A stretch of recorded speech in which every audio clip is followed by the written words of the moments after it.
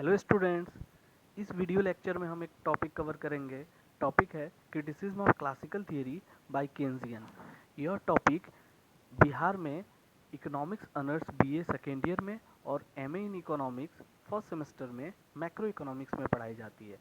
जैसा कि आप जानते हैं, 1930 के दशक में पूरी दुनिया में जब द ग्रेट डिप्रेशन हुआ था, उस समय क्लासिकल्स की हर थियरी को चैलेंज किया गया था। कीन्स ने अपनी पुस्तक जो 1936 में प्रकाशित हुई थी, the general theory of employment, interest and money, इसमें इन्होंने क्लासिकल्स की हर थियरी, हर एजम्पशंस को चैलेंज किया था। आइए हम इस क्रिटिसिज्म को बारी बारी से देखते हैं। मैंने इस पूरे क्रिटिसिज्म को 7 पॉइंट में डिवाइड किया है। सबसे पहला पॉइंट है कि Say's law is a classical fault. Say's law a classical fault है, गलत है। सेकेंड पॉइंट है full employment is only a special case. Classical कहते थे कि फुल एम्प्लॉयमेंट अर्थव्यवस्था में होती है, लेकिन केन्स का कहना है कि नहीं, फुल एम्प्लॉयमेंट बहुत सारे केसेस हो सकते हैं, उसमें से यह एक स्पेशल केस है। थर्ड पॉइंट है it is a short period analysis. Classical macro economics को लॉन्ग पीरियड एनालिसिस पढ़ते थे, जबकि केन्स ने कहा नहीं, यह एक शॉर्ट पीरियड एनालिसिस है। फोर्थ पॉइंट है स्टेट इंटरवेंशन इज नेसेसरी। जब अर्थव्यवस्था में कोई बड़ा फ्लक्चुएशन हो तो स्टेट को इंटरवीन करना जरूरी हो जाता है, ऐसा केन्स ने कहा था। फिफ्थ पॉइंट है over production is possible. Keynes का कहना था कि नहीं, अर्थव्यवस्था में ओवर प्रोडक्शन की समस्या हो सकती है। सिक्स पॉइंट है मनी इज नॉट न्यूट्रल।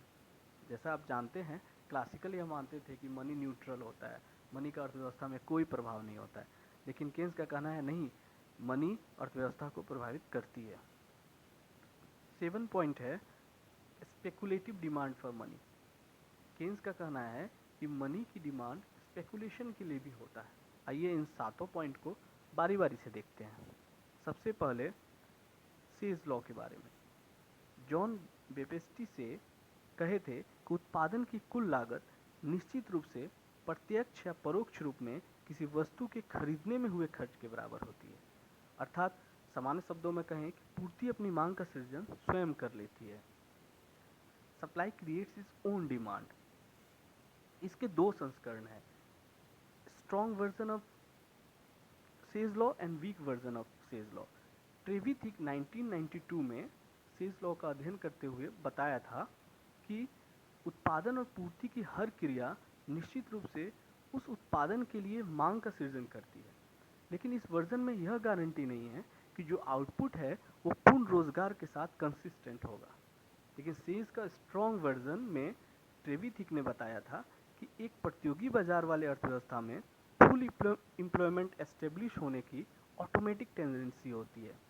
इस स्ट्रॉन्ग वर्जन के अनुसार समग्र मांग और समग्र पूर्ति के साथ जब श्रम बाजार संतुलन में होती है, वो कंसिस्टेंसी दिखाती है, मतलब स्थिरता होती है। मतलब समग्र मांग जब समग्र पूर्ति के बराबर होता है श्रम बाजार संतुलन में, तो वो स्थिर हो जाती है।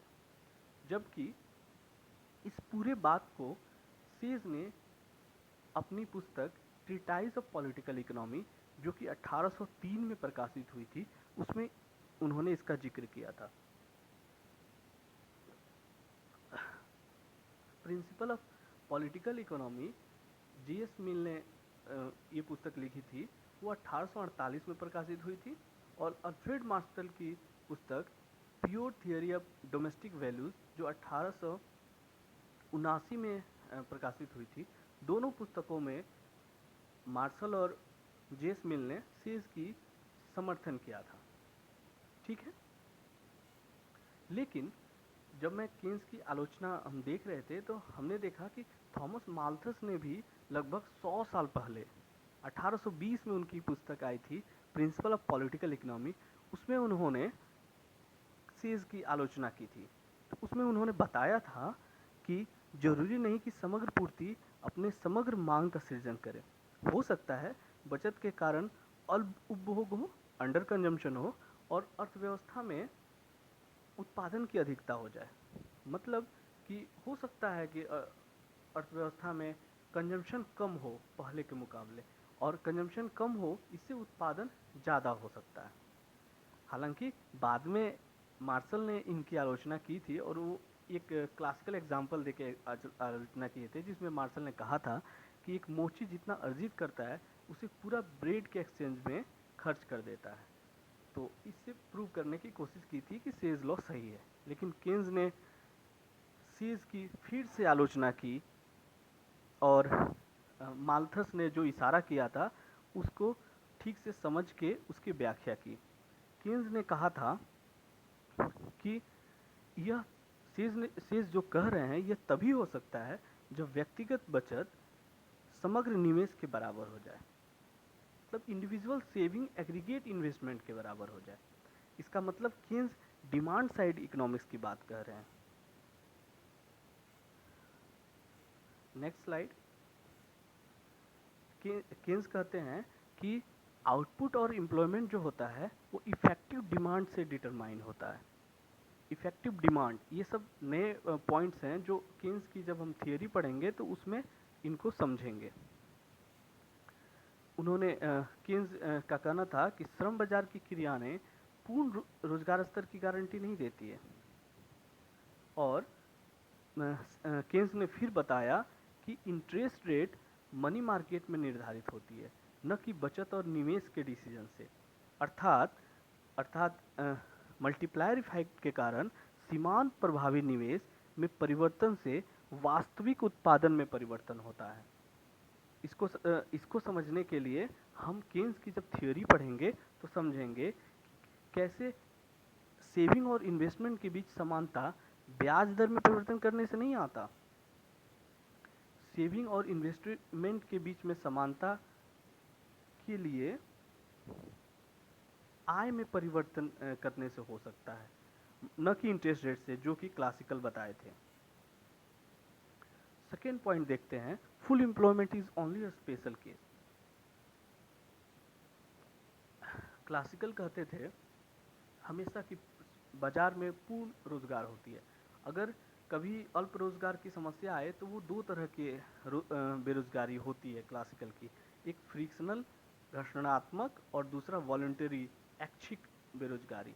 और अर्थव्यवस्था में वेज प्राइस फ्लेक्सिबिलिटी से फ्रिक्शनल और वॉलंटरी जो बेरोजगारी है वो दूर हो जाती है। ये क्लासिकल की ऐसी थियोरी थी। मतलब अर्थव्यवस्था सेल्फ करेक्टिंग होती है। मतलब कहने का मतलब है रियल वेज रेट में परिवर्तन कर फुल एम्प्लॉयमेंट को प्राप्त किया जा सकता है। केन्स ने इस पूरे पूर्ण रोजगार को अर्थव्यवस्था के असंख्य संतुलन हो सकता है उसमें से केवल एक विशिष्ट अवस्था मानते थे, केवल एक अवस्था मानते थे। केन्स का कहना था कि मुद्रा मजदूरी जो है वो रिजिड होती है, इनफ्लेक्सिबल होती है, लेकिन ये रिजिड और इनफ्लेक्सिबल होना डाउनवर्ड डायरेक्शन में होती है।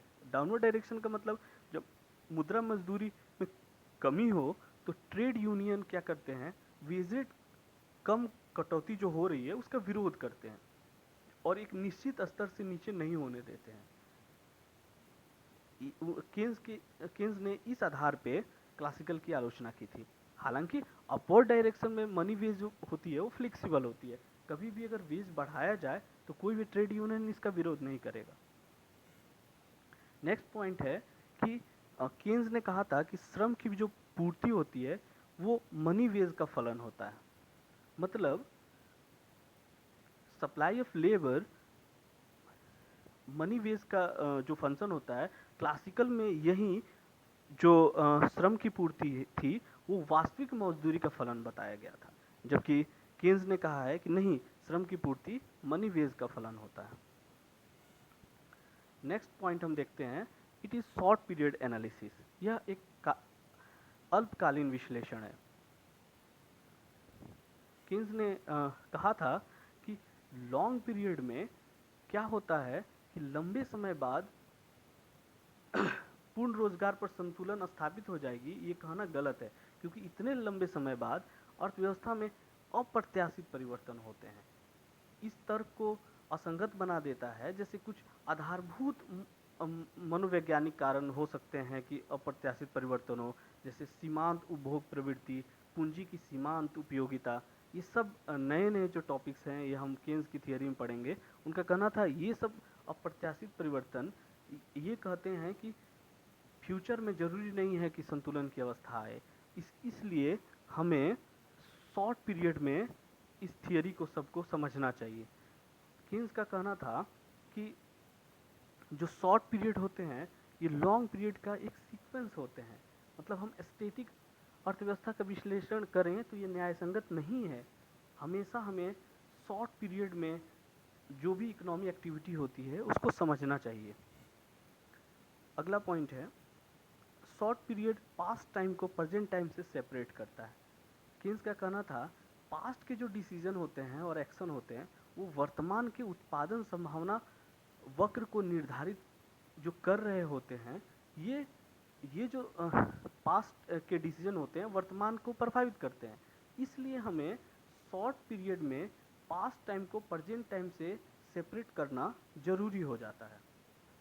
इसलिए भविष्य की स्थिति के संभावित अस्थिर प्रत्याशा के हर सक्सेसिव पीरियड में हमें डिफरेंट हो सकते हैं। अतः केन्स की विश्लेषणात्मक रूपरेखा में बेज लॉन्ग पीरियड इक्विलिब्रियम की कोई जगह नहीं है। फोर्थ पॉइंट देखते हैं, स्टेट इंटरवेंशन इज नेसेसरी। जैसा कि हम जानते हैं कि एडम स्मिथ ने कहा था कि अदृश्य शक्तियां हैं, कुछ इनविजिबल फोर्सेस हैं जो कि बाजार को नियंत्रित करती है, बाजार को चलाती हैं। इस पे छोड़ देना चाहिए। क्लासिकल कहते हैं कि इसी पे छोड़ देना चाहिए और वो खुद संतुलन स्थापित कर लेगी। पिगू ने एक फ्रिक्शनल माल एडजस्टमेंट की बात की थी कि फ्रिक्शनल माल एडजस्टमेंट से अपने आप अर्थव्यवस्था संतुलित हो जाएगी, लेकिन ऐसा नहीं होता है। द ग्रेट डिप्रेशन के समय पूरी दुनिया में जब मांग की कमी हो गई थी, मांग नहीं की जा रही थी और वस्तुएं बिना बिकी रह जा रही थी, तो केन्स का कहना था कि नहीं, राज्य का हस्तक्षेप की ज़रूरत है। जैसे कि उन्होंने एक एग्जाम्पल दिया था कि अगर कोई काम न हो बाज़ार में तो लोगों से कहिए गड्ढा खोदे, गड्ढा खोदेगा तो लोग उसके बदले में हम पैसे देंगे, वो पैसे से वो सामान खरीदेगा, सामान की मांग करेगा तो फिर प्रोडक्शन शुरू होगा। दूसरा, केन्स ने अर्थव्यवस्था के साधनों का पूरी तरह प्रयोग करने के लिए स्टेट इंटरवेन का समर्थन किया है कि अगर पूरे संसाधनों का प्रयोग करना है तो हमें स्टेट का इंटरवेंशन करना जरूरी है। पांचवा पॉइंट देखते हैं, ओवर प्रोडक्शन इज पॉसिबल। इसमें केन्स का कहना था कि समस्त अर्जित आय उपभोक्ता वस्तुओं पर खर्च नहीं करता है। उपभोक्ता जो है वो कुछ भाग बचा लेता है जिससे मांग में कमी हो जाती है और यह डिफिशियंसी ऑफ डिमांड, इसी डिफिशियंसी ऑफ डिमांड के कारण ओवर प्रोडक्शन की समस्या हो सकती है। आइए 6 पॉइंट देखते हैं,